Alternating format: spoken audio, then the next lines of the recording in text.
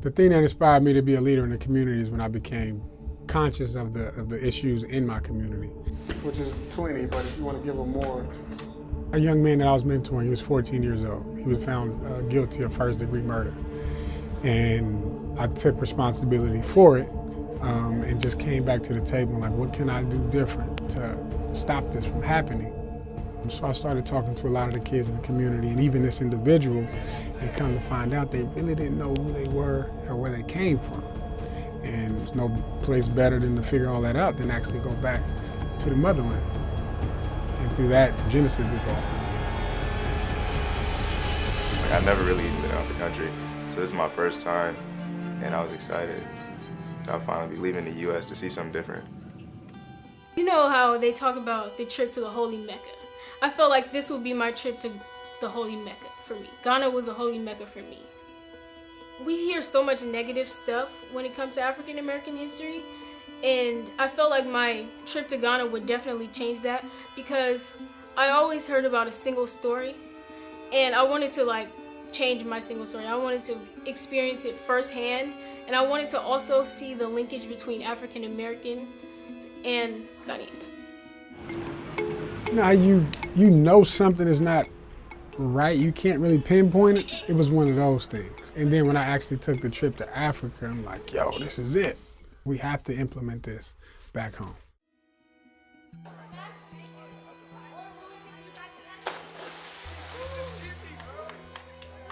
Maybe like a month ago, before the trip, I was reading in my history book about W.E.B. Du Bois.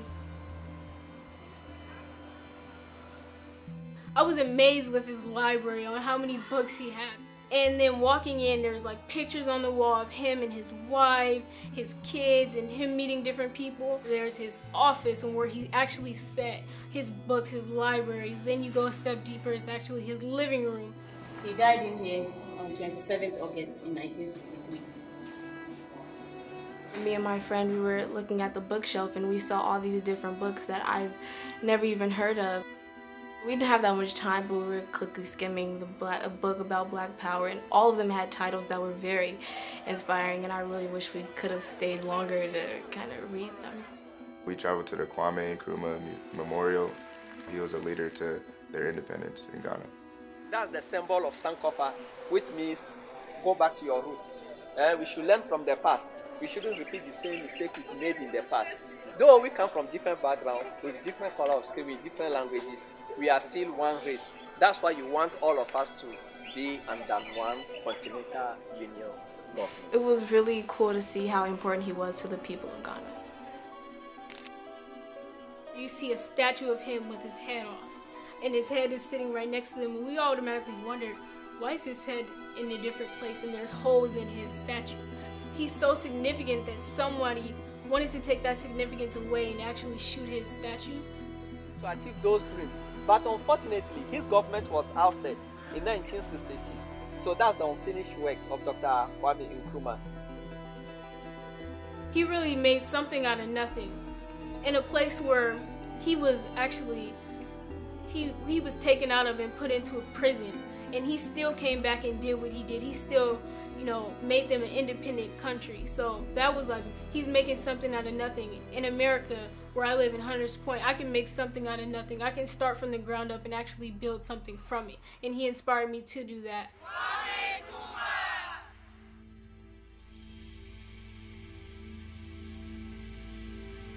In Accra, Ghana, like being in San Francisco, but just in a different location.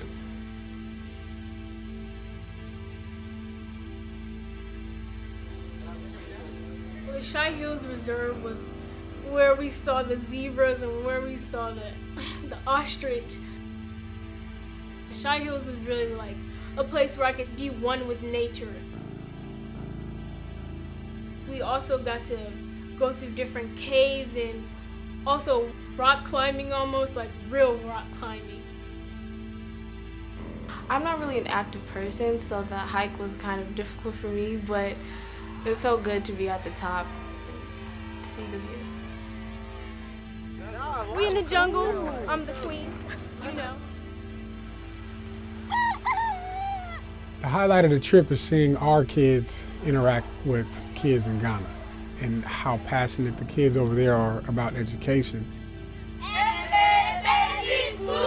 You know, the light switch going off, realizing like, man, we have an opportunity that everybody doesn't have, and we need to take advantage of it. I met a guy named Paul, and he told me that he wanted to be a lawyer just like me. I know that me and Paul, we live on different continents. We're both going through a struggle though. He's the same age as me, but is in middle school. He has to work hard just like me. In America, I have to work hard because I'm an African American woman. Society isn't built for me. It's built to keep me down. So I know that me and Paul are going through some of the same struggles. In my opinion, when we visited the school, it was one of the best days in Ghana because we not only got to interact with the children, but see how amazing they were. They were also happy and so grateful and eager to learn. We asked them what they want to be. One kid said he wanted to be an engineer, another said she wanted to be a doctor. It's kind of similar to what kids want to be in the US, but I feel like over there in Ghana, they don't have the opportunity to do it compared to ours, but they really want to, so they're trying whatever they can to do it in school. The middle school was great.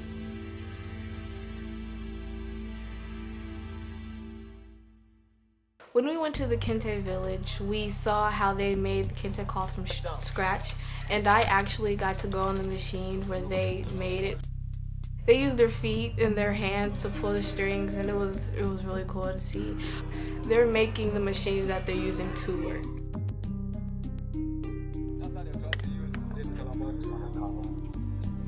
And this is bamboo tree. This is concrete. Behind the die salt, you can't hold this. That's how you can hold the top. And the symbols, each one have meaning. They taught us how to stamp the kentes and also how the ink was made. Stamping my cloth within Dinker Stamp leadership really just brings it out of me and shows the world. When I wear my kente, people will be like, what is that stamp? It just looks like a bunch of circles. But I will tell them this is in Dinker Stamp and the historical meaning behind it. When they dance, you can tell that they really feel it in their soul, and you really can tell that they feel it in their culture and that they've been doing it for years, and that's something that they're really passionate about. It made me realize that we really have a little bit of culture. We don't really have that much. So the little that we do, I came home and I really want to grasp that culture and really, make it deeper. I want depth now.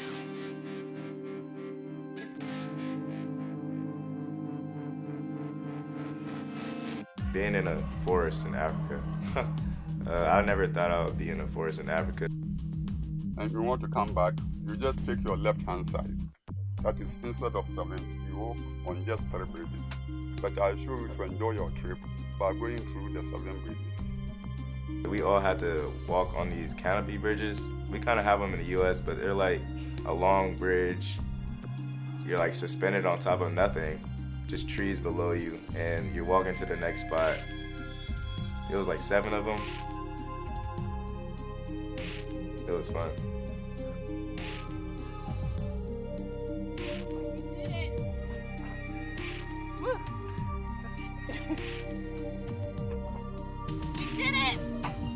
It really starts with ourselves. If we want to change something, we first have to change in ourselves.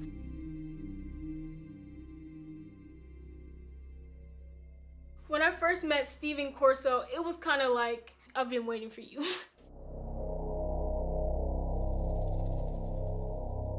This is me washing away my chains. Getting in that river, me washing away all the negative things. I'm no longer enslaved in my mind. I'm no longer a slave to society. I am now awake. I'm now opening my third eye to see things that I've never saw before. That was a moment for me because it gave me a chance to really reevaluate myself in my life and the chains that I have on myself, because it's not easy to realize that you're enslaving yourself. It's not easy to recognize how you're enslaving yourself, but I felt like that time I could feel the significance. I'm a materialistic person, so that helped me kind of realized that in myself. I do hold back sometimes for being a leader. So in that river, I was able to wash away my chains and really change something in myself and give me the motivation that I needed.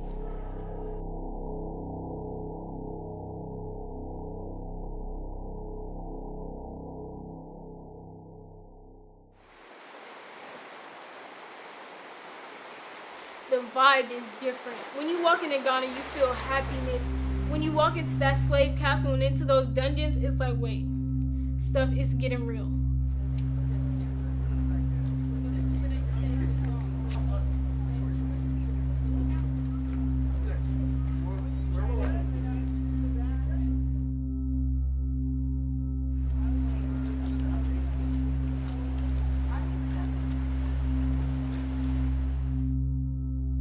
You could feel the negative energy, and when Stephen is talking about it, you can see how important it is to him in his eyes.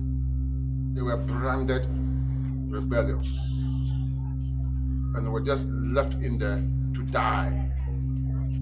For how many days do we think? When he stepped in that dungeon and told us how slaves were there for a week? 3 days max. But I don't think I was surviving there for more than 2 days. Starvation, lack of water, it just really touched me, and it really put some type of like barrier on my soul, because it's like, this is what my ancestors went through. Occasionally, water was poured in here just to sweep the place of physics. It's our mindset that really sets us different from everybody else. And I feel like that's a mental thing. No one can tell you that. I can only imagine this time. You have to really learn that within yourself, and I feel like Stephen did that for me, and he helped me get the key to unlock the chains in my head. But there was nothing you could do. You couldn't offer any help. Because we are all suffering, we are all trying to survive. What can I do to help you? Nothing. So this was a help for those who decided to fight for their freedom.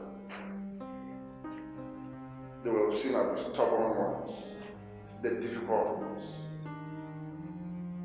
I just see stuff different. I kind of feel like I put contact lenses in my eyes. Like, I still have the same set of eyes, but I just see it different. I see things in a different light now. The walls have only been whitewashed just to help them get stronger and stronger, but not to whitewash the history of the dungeon. Honestly, I was not ready to go home. I wasn't ready to leave. I felt like we hadn't been there for long enough. But I was excited to come back and share my experiences with others and let them know what I learned and just how amazing it was. You just got to keep it going because it's actually working.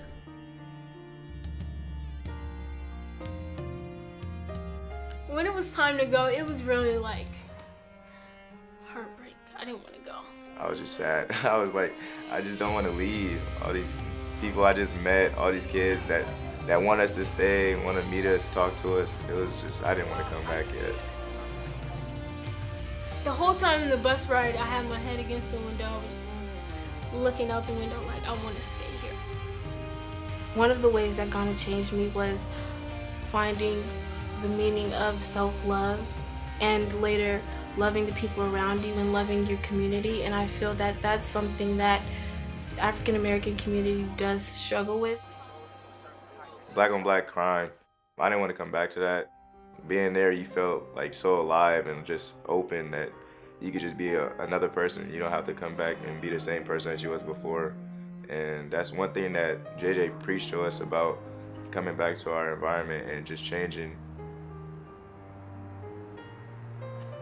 I used to want to be a leader and wanted people to follow me, but now I want to be a leader and create more leaders and create more leaders, and that will really create an atmosphere in a world just full of leaders.